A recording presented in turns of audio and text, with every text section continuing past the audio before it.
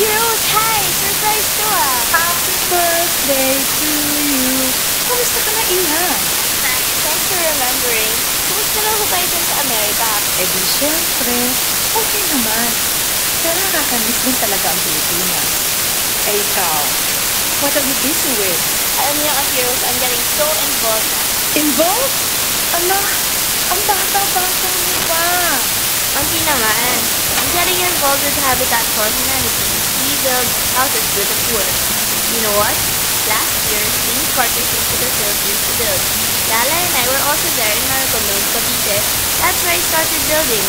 My friends from the youth club I'm in invited me to fair. Grabe, Auntie, we should have been there. It was, how can I say it, unbelievable. All kinds of people, Filipinos, foreigners, rich, poor, young, old, lahat sama-sama, helping each other build a home with the less fortunate Filipino families. At ang ganda pa nito, Auntie, it's all voluntary and yet you feel so good inside. I can't describe everything. You have to really do it. Parang gusto ko rin. Pero, lagi ko naman. Talaga, Auntie, start nyo. Next year, magkakaroon kami ng Phil and Bill. Phil and Bill? What's that? Well, you see, Auntie, Habitat Philippines invites you tonight to come sponsor a Habitat house for the poor or to come home to the Philippines and do a lakbay build. Lakbay Build. Talaga? Build and tour. Join na kayo, Auntie. Sama niyo po ang tropas na Kuya Ron, Ate Pia, Cecil, Archie at Jacob. Ang tagal niyo rin namang hindi umuwi ng Pilipinas eh. Hindi niyo ba nang si Mang Sol, Yunika, at least yung manok para ma-selfie, diba? Siyempre, pag pagod na kayo mag-build sa Habitat, pwede tayo mamasyal. Saan niyo gusto? Sa Luneta. Yapo. Kasi doon kami namamasyal ni Uncle Ramon noong araw eh. Luneta? Yapo?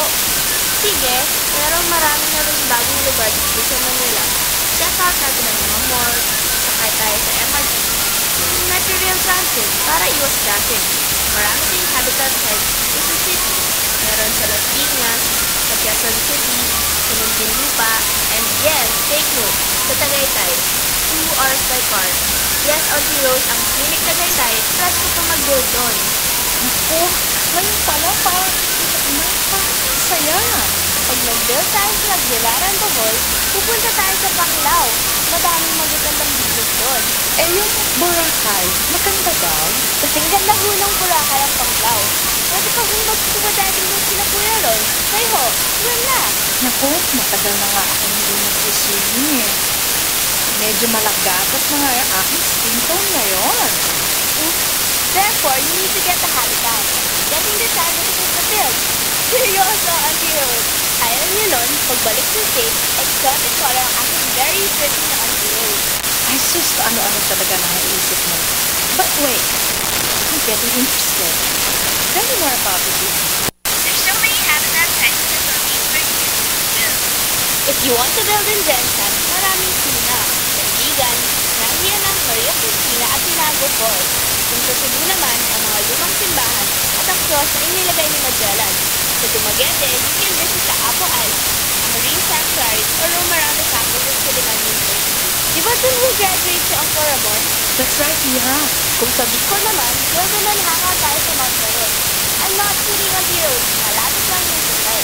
After 20 years, siguro nga, kailangan ko na bumalik ulit sa Pilipinas. Tagal-tagal ko nang hindi pumupunta sa mga fiesta. At alam mo, Iha, gusto talaga ang pasasal. It just doesn't feel the same. The lights in the park, Christmas trees in the plaza. Oh, ano ba yan? Kaluluwa ako. Pero, sasabay na namin yung bakasyon namin dyan. This is sinasabi mo, feel and build, so that we can do something worth it and enjoyable when we get there. Actually, Auntie, building with my friends is really, really fun. But, it was when I was building with a home partner, yung may-ari niyo ng bahay, that I felt really, really happy knowing that you are able to help a family have a better life. And you know what? Meron pa kaming tinatawag na habititis. Ano? Habititis, yung gusto mo lang talaga mag-build ng mag-build. Okay, you know what? We're going. And before you know it, andun na kami. Ano kaya ako?